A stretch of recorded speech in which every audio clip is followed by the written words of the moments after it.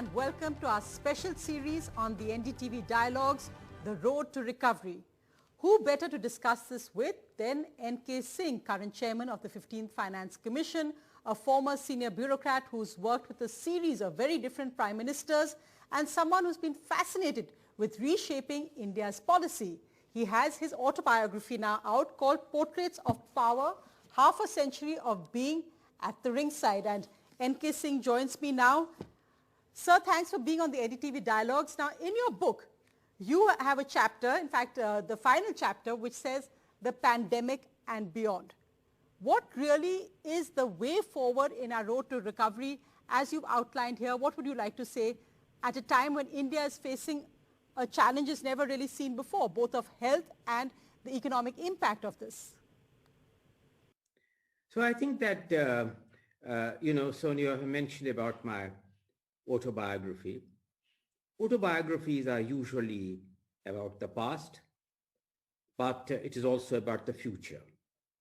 It is about the ability of the future never being preordained by the past.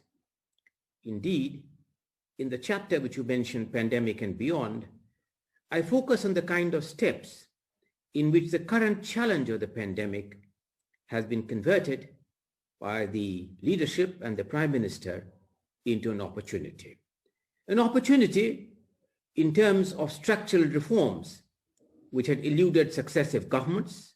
To mention a few, the far-reaching reforms of the health, since you mentioned the health, of the education system, which has now taken place after 30 years, of power sector, of farms and agricultural sector. So I think that it is in trying to ensure that as we look to the future is influenced but not preordained by the past. And that of ensuring that the future does not become a hostage or whatever may have happened. Indeed, that is the theme of that chapter, on focusing on some of the important reforms which need to be undertaken. But India needs to get back to an 8% growth trajectory.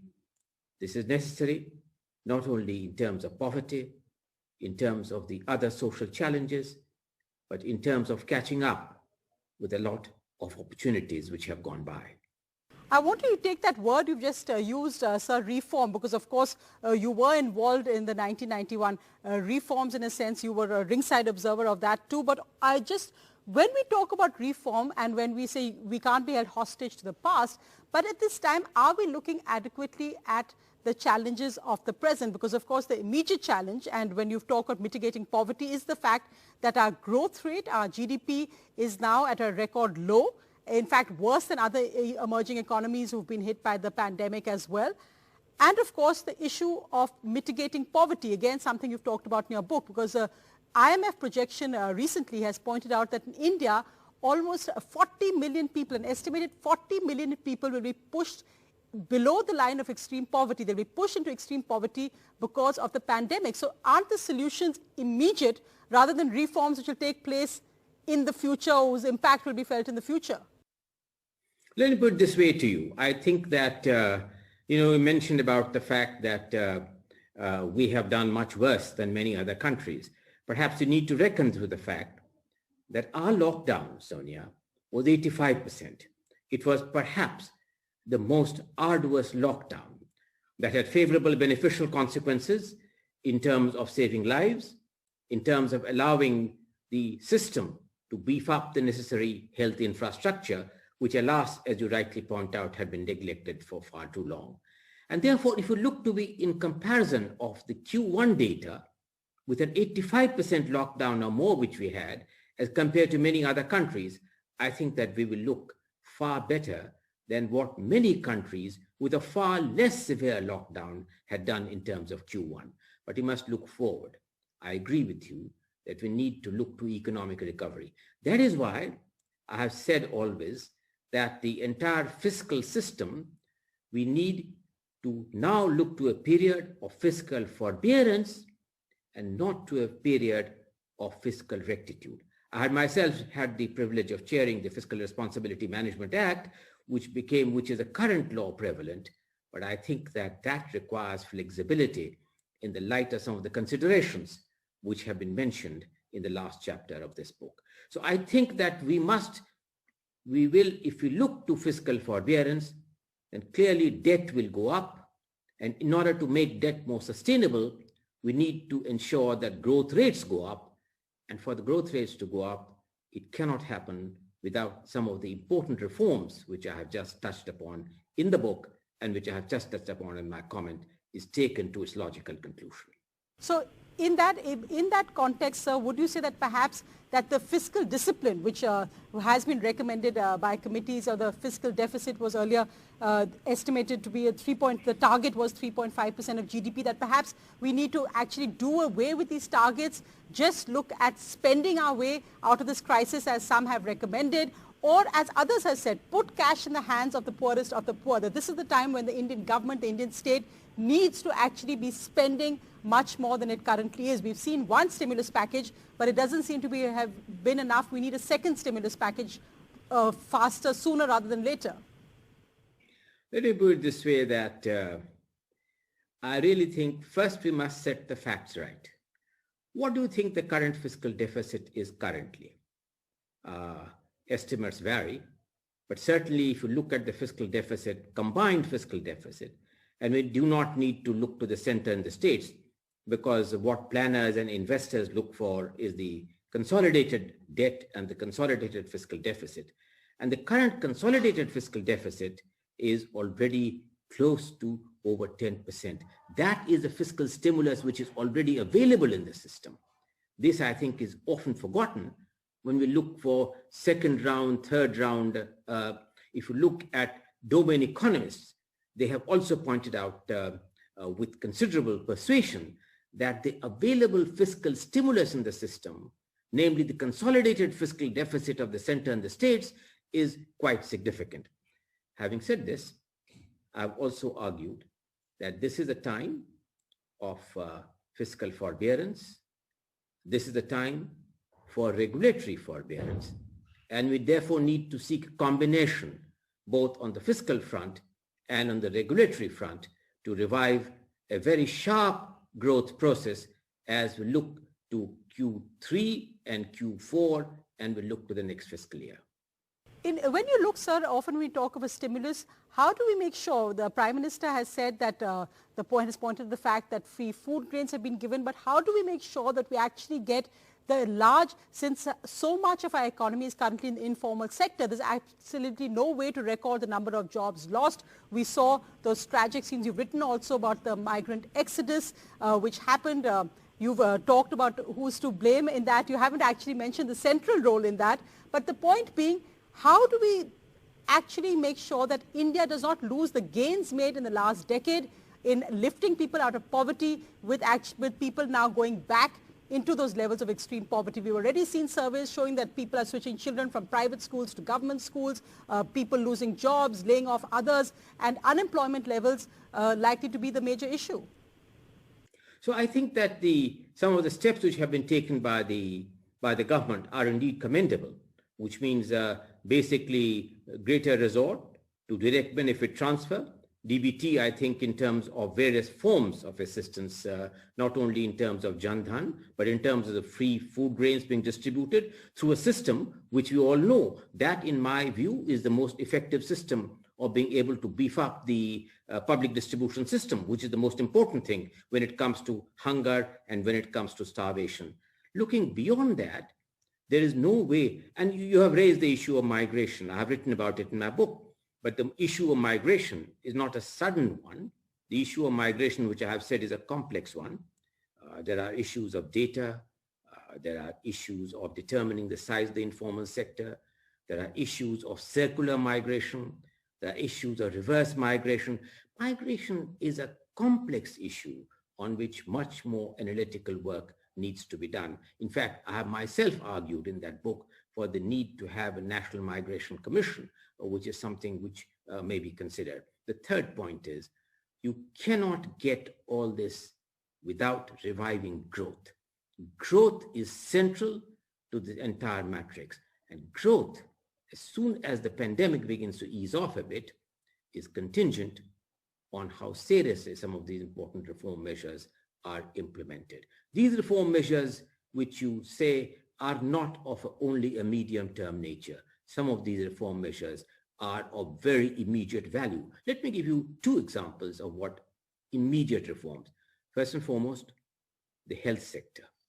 The health infrastructure in this country has remained neglected for 40 years. Successive governments, particularly the Planning Commission, kept talking about increasing public outlays on health, but the result is that today the public outlay of health, which means both the center and the states, is 0.9% of GDP. This is, as comparison to other peer groups, abysmally low. The skewed up nature of the health infrastructure in terms of the poorer states having the poorest health infrastructure, that's something which requires immediate attention. I equally look to the fact of the changes in the educational pedagogy. You rightly mentioned about the education and the fact of some of these children complaining, but the answer lies, looking at the current pandemic, is to have a robust mix between online and physical education. And I think that the new education policy, which has come after 30 years, emphasizes some of these very important neglected aspects or reforms in the education sector as well. So I think that without really placing adequate emphasis on the implementation of the reform process, the growth trajectory would be faltered. And this is where I think that the Prime Minister leadership, I think, has taken some very decisive steps.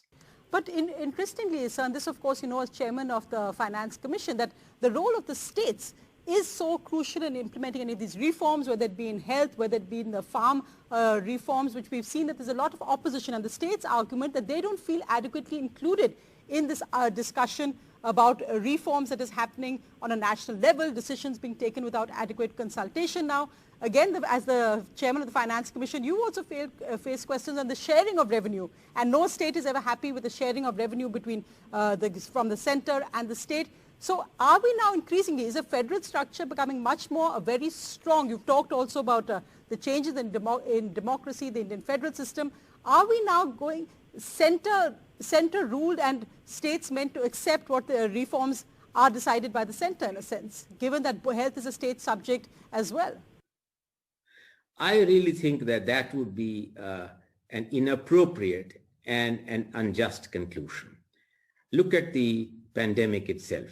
I think that the way of addressing the pandemic has been a rather consensual process, where after having given the initial leadership, which was inevitable, thereafter, it was the responsibilities of each of the state governments to undertake the decisions in regard to the lockdown, in regard to the containment zone, and the number of consultations that the Prime Minister had with state chief ministers is a good example of working fiscal federalism in practice.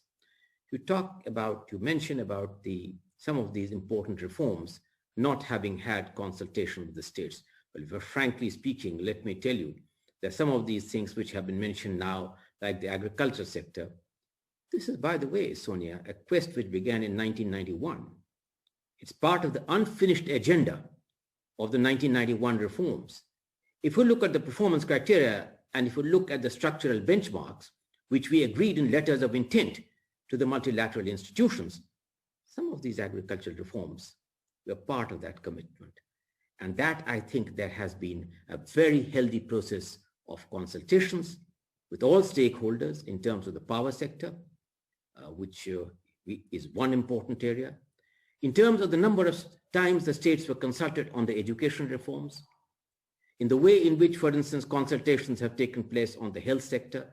So I really think that we are following a consultative federal process. Now, regarding the sharing of revenue and resources, which you mentioned, I don't want to say a little on this because, frankly, as the chairman of the Finance Commission, it would be inappropriate for me to make a comment at this stage, considering that we are at the penultimate stage of finalizing our recommendations of the Finance Commission. But let me say this and ask this question. No state, given the limited resources, would ever be happy at whatever they get, and no union government would ever be happy of what any Finance Commission leaves behind. I think ultimately it's a question of reconciling challenges and finding solutions would be just, appropriate, reasonable, and fair. I think these reforms are embedded in a consensual process and have seen many successive governments, but I think it is this government which has implemented with the kind of seriousness and with the kind of alacrity which have eluded the past. It's interesting, sir, because also reading your book, how so much in politics comes full circle. And I just wanted to refer to the chapter where you've written on Bihar, which of course is a state which is going through an election once again. And in a sense, full circle also because Nitish Kumar, somebody you were in fact a Rajya Sabha MP from his party, is now back with the NDA. He actually left the NDA at a time that you were with the JDU, and you've written in the book about how you were surprised by that decision. What's your takes on where Bihar is now? Because you have, of course, written in your book, The New Bihar, that many have often asked that why it is that a state which rose to unprecedented heights of civilizational achievement and collapsed to become a basket case of irrelevance. And the fact remains that Bihar still being a part of the Bimaru states, even though it went through a spurt when Nitish Kumar was called Sushasan Babu, was known for good governance, that seems to have been lost. Those gains seem to have been lost this time around. By some coincidence, Sonia, the last book which I wrote before my autobiography was a book which I edited along with Lord Nicholas Stern, exclusively devoted to the development dynamics of Bihar. And the broad conclusion, which holds good and which I have reiterated, is that Bihar's great problem is that it has not been able to overcome the social stratification which restricts mobility of capital and labor within a stratified social order. And that identity politics has ruled Bihar for far too long. The challenge before Bihar is how to get development, is gather a momentum in which the forces of identity politics tend to fritter away when development takes priority. So I hope, and it is my expectation and my quest that whatever government comes to power would give the kind of priority to development over identity politics. And this is the way forward of enabling Bihar to attract, for instance, large private capital, given the fact of its demographic dividend, given the fact of its many advantages on adequacy of water and availability of fertile land. The way Bihar can redress this current development deficit and hope to restore its past glory is emphasis on private capital, private investment, public outlays combining with private investment, and the emphasis on development politics, not identity politics. No, absolutely. And finally, Mr. Singh, of course, in your autobiography, it's interesting to see that you've worked with a number of different prime ministers, I mean, with very different philosophies, very different styles of governance. What did you find perhaps something which all of them shared, and what did you find the most different? What would your observations be on the different prime ministers you've actually worked with? Well, you know, Sonia, this is not a book like Harold Wilson's autobiography, in which, if you remember, just to tickle your memory, the title of that book was Prime Ministers on Prime Ministers. And that was his analysis of what he thought different prime ministers were. You've asked me the most complex question of having had the privilege of working in different ways with a number of prime ministers. Each prime minister addresses the challenge which the prime minister confronts.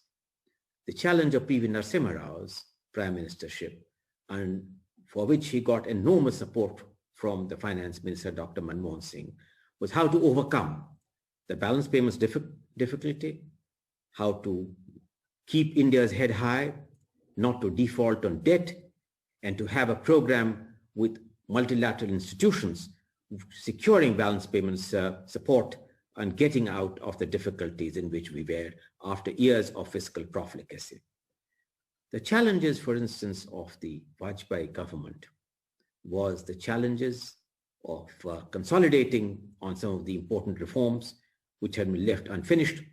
In my legacy chapter, Vajpayee's legacy chapter, I've described him as a great reconciler of contradictions, who had the great ability to make his enemy his friends while consolidating his friends. His contribution, which I have mentioned, is a great telecom change whose multiplier effects we continue to reap. I mentioned about the great roads program which he had undertaken. I've also mentioned about how he converted the nuclear explosion and the kind of ostracization that was done, using that opportunity to develop a strategic partnership with the United States. Challenges were different. You mentioned about the challenge of Dr. Manmohan Singh's second term. I've said earlier that what he was able to achieve in terms of economic reforms in the period when he was the prime minister was significantly more than what he could achieve with his tenure of prime ministership on the economics front. Sure, there were other important gains which he made in terms of strategic partnership with the United States and so on, and those deserve adequate notice and those deserve adequate credit. Prime Minister Modi is a great implementer and he knows that. And I think that you have to visit Gujarat. I was privileged to go there to see, for instance, to give you one example. When I went to Kutch, I realized that iconic vision which he had of pumping the water of Narbada against the forces of gravity to bring water to centuries starved Kutch, which has given a new lease of life to them. Or for instance, in other multiple ways in which he has undertaken reforms which were really far out of the reach of successive governments. To mention a few, the bankruptcy reform, the GST is a major change, even though the design and its implementation need constant fine-tuning. It's undertaken important reforms, some of which I have mentioned. So I think that this period of Prime Minister Modi is the emphasis on consolidation and furtherance of difficult reform agenda, and to take India back to a higher growth trajectory from the global slowdown which it has faced and currently under the current pandemic. So I think different prime ministers have addressed challenges which have confronted them. Each have their own unique style. Each have their unique approach. And this is the great privilege which I've had in working over many of them over all the periods that I have described in my autobiography. A rare privilege there, Mr. N.K. Singh, but it's been, as you've said, it's really a pandemic that you've never seen in your generation. We haven't seen in our generation. Hopefully the world won't see another one like this, and how India actually responds in its road to recovery will really shape our economic policies and our future for the years to come. Thanks very much for your perspective on this. Thank you for being on the Dialogues. Thank you. Thank you, sir.